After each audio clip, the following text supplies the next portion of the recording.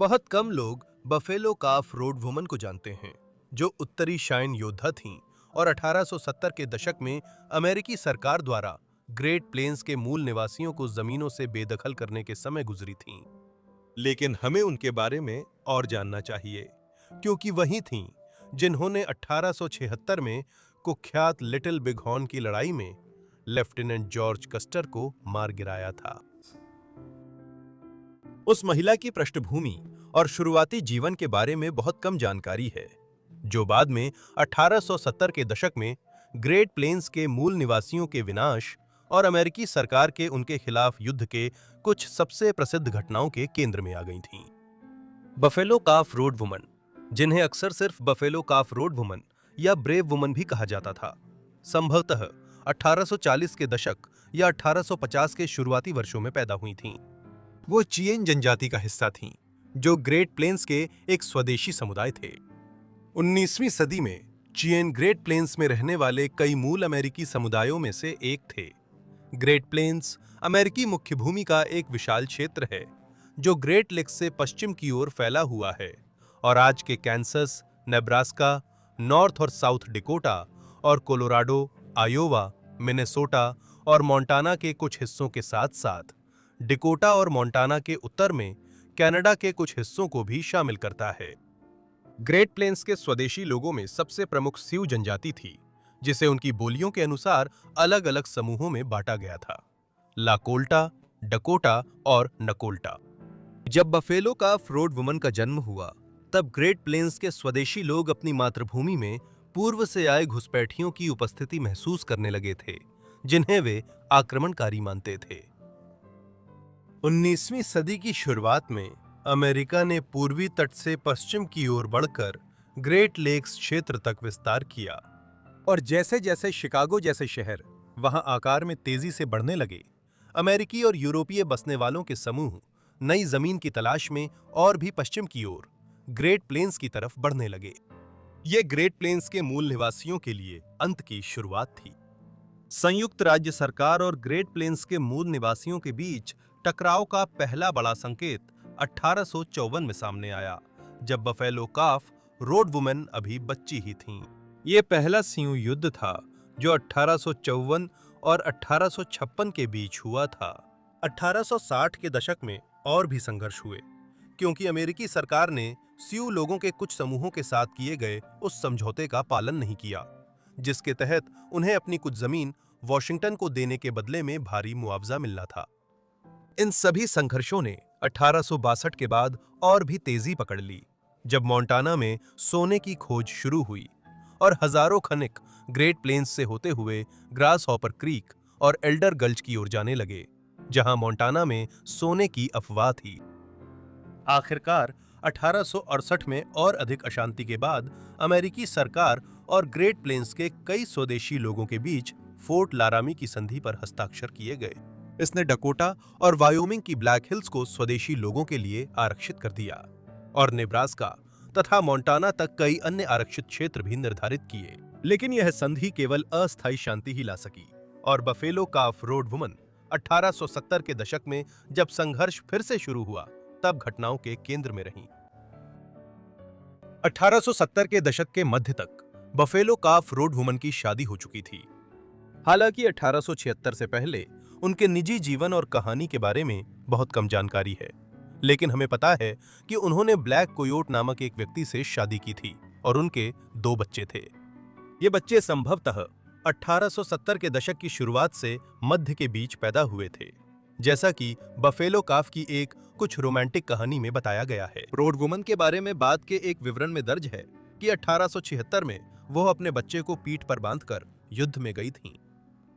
वे घटनाएं जिन्होंने बफेलो काफ road woman को प्रसिद्ध बना दिया, 1874 में शुरू हुई थीं। उस वर्ष अमेरिकी सरकार ने नॉर्थ डिकोटा के बिस्मार्क से ब्लैक हिल्स की ओर एक अभियान भेजा। उनका उद्देश्य यह एक किले की स्थापना के लिए उपयुक्त स्थान खोजना, इस क्षेत्र की और खोज करना और साथ ही लाभदायक सोने की खदान की संभावना की जांच करना था। इस अभियान का नेतृत्व lieutenant colonel George Armstrong Custer ने किया था, जो 2 साल बाद गलत कारणों से खुद प्रसिद्ध हो गए। 1874 में ब्लैक हिल्स में किया गया अभियान फोर्ट लारामी संधि का उल्लंघन था, लेकिन सियू और अन्य ग्रेट प्लेन्स के लोगों ने तुरंत प्रतिक्रिया नहीं दी, बल्कि बाद की घटनाओं ने ही उन्हें कार्रवाई के लिए मजबूर किया। अभियान के बाद ये खबर फैल गई कि ब्लैक हिल्स में काफी मात्रा में सोने के बड़े भंडार हैं और कुछ ही हफ्तों में अपनी किस्मत आजमाने वाले खोजी और सट्टेबाज ब्लैक हिल्स की ओर आने लगे। शुरुआत में कुछ सियू ने अमेरिकी सरकार से बातचीत करने की कोशिश की और अपने वरिष्ठ मुखियाओं रेड क्लाउड और स्पॉटेड टेल को वॉशिंगटन डीसी भेजा, ब्लैक हिल्स में बसने वालों को रोकने हेतु याचिका देने के लिए। बाकी लोग बातचीत से परेशान थे। इस प्रकार दो प्रमुख, सिटिंग बुल और क्रेजी हॉर्स ने 1876 में सियू और शाइन के एक संघ का नेतृत्व करते हुए अमेरिकी सरकार के खिलाफ युद्ध छेड़ दिया। ग्रेट सियू युद्ध, जैसा कि अब इसे जाना जाता है, में बफेलो काफ रोड वुमेन एक प्रमुख शख्सियत के रूप में उभर कर सामने आई। युद्ध का पहला बड़ा संघर्ष जिसमें बफेलो काफ रोड वुमेन सामने आई, 17 जून 1876 को मोंटाना क्षेत्र में रोजबर्ट की लड़ाई थी। यह लगभग 1000 से 2000 सियू और शाइन योद्धाओं की एक सेना का सामना लगभग 900 अमेरिकी सैनिकों से हुआ, जिनका नेतृत्व जनरल जॉर्ज आर क्रूक ने रोजबर्ट क्रीक के पास किया। घंटों तक रुक रुक कर संघर्ष चला और सियू व शाइन ने क्रूक के सैनिकों पर धावे बोलने की कोशिश की, फिर थोड़ी देर के लिए पीछे हट गए। हालांकि अंततः क्रूक को बढ़त मिलने लगी और सियू और शाइन पीछे हटने लगे। फिर अचानक बफेलो काफ रोड वुमेन क्रूक की सेना के खिलाफ वापस सवार होकर आईं। उनके भाई, प्रमुख शाइन योद्धा चीफ कम्स इन साइट, घायल हो गए थे और अगर कुछ नहीं किया गया तो उन्हें युद्ध के मैदान में ही छोड़ना पड़ता। बफेलो काफ रोड वुमेन ने अपने भाई को पकड़ लिया और उन्हें लेकर सुरक्षित स्थान की ओर वापस चली गईं।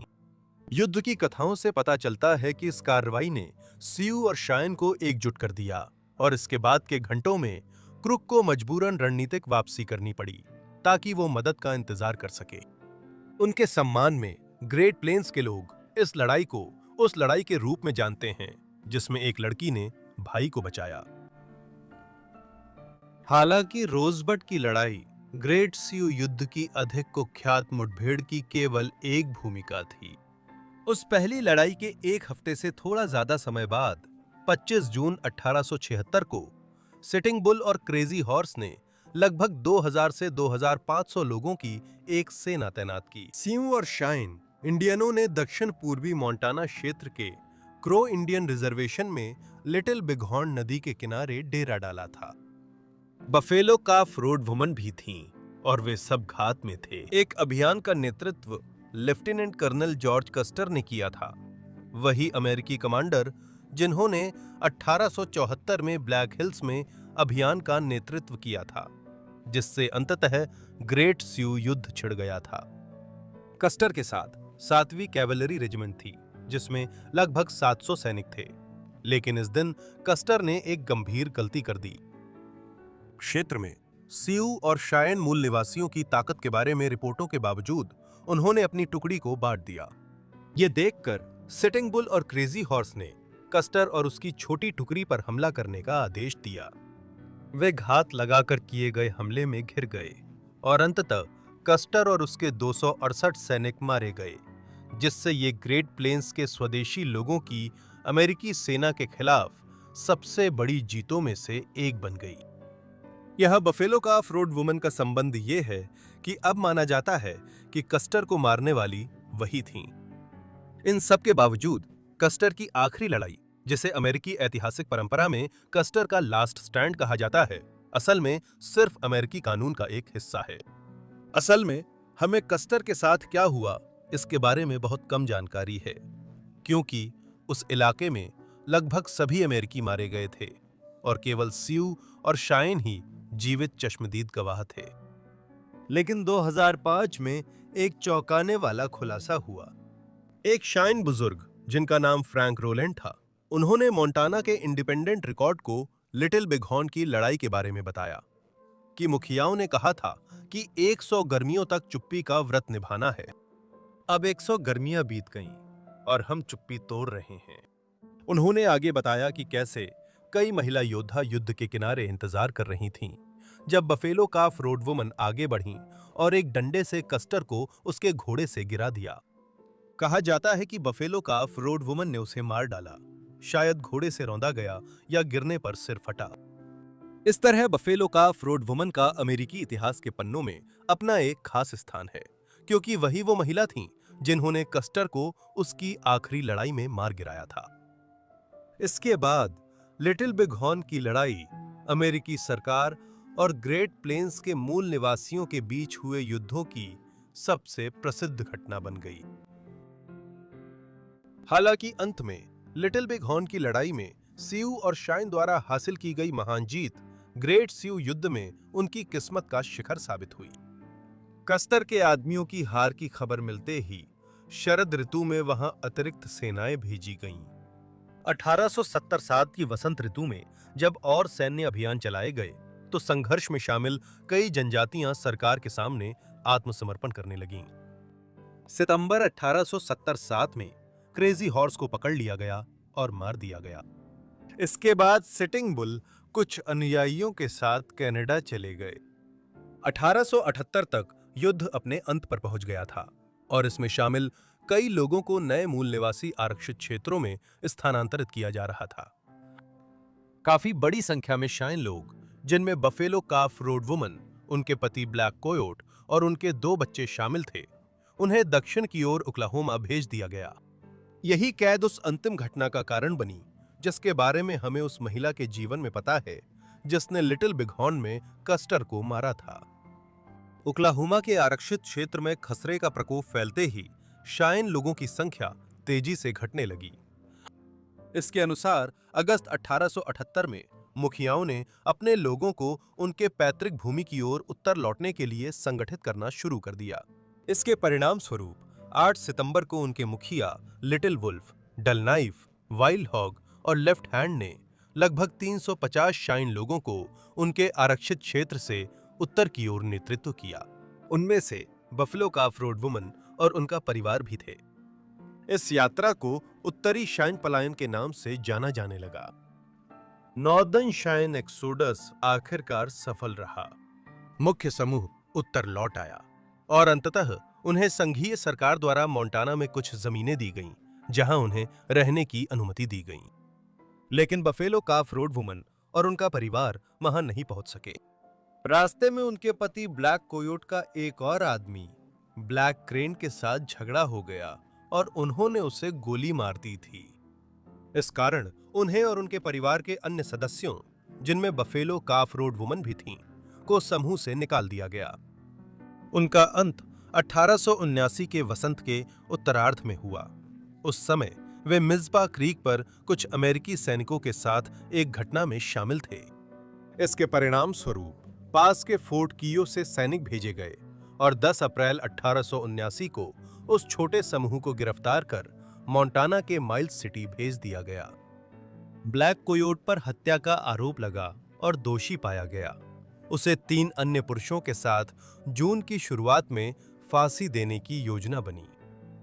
बफेलो काफ रोड वुमन तब तक जीवित नहीं रहीं और माइल्स सिटी में गिरफ्तारी के दौरान वे किसी पश्चिमी बीमारी का शिकार हो गईं, जिससे उनका शरीर लड़ने में सक्षम नहीं था। सबसे अधिक संभावना है कि वह बीमारी डिप्थीरिया या मलेरिया थी। ब्लैक कोयोट ने फांसी की सजा पूरी होने से कुछ दिन पहले खुद को फांसी लगा ली। इस तरह वो महिला जिसने लिटिल बिग हॉर्न में कस्टर को मारा था, वो भी कई अन्य मूल अमेरिकी लोगों की तरह युद्ध के मैदान में नहीं, बल्कि यूरोपीय मूल के लोगों द्वारा अमेरिका में लाई गई कई बीमारियों में से किसी एक के कारण मरी थी। इस वीडियो को देखने के लिए धन्यवाद, जो बफेलो काफ रोड वुमन पर था। आशा है यह रोचक लगा होगा। नीचे कमेंट्स में मुझे बताएं कि आप उनके जीवन के बारे में क्या सोचते हैं। अगर आपके पास कोई सुझाव है तो उन्हें भी कमेंट्स में लिखें। और मुझे उम्मीद है कि आप सब्सक्राइब कर चुके हैं और नोटिफिकेशन भी ऑन कर चुके हैं, ताकि जैसे ही मैं वीडियो अपलोड करूं आपको तुरंत मिल जाए। मेरी तरफ से इतना ही। फॉरगॉटन लाइफ के अगले एपिसोड में मिलूंगा। धन्यवाद।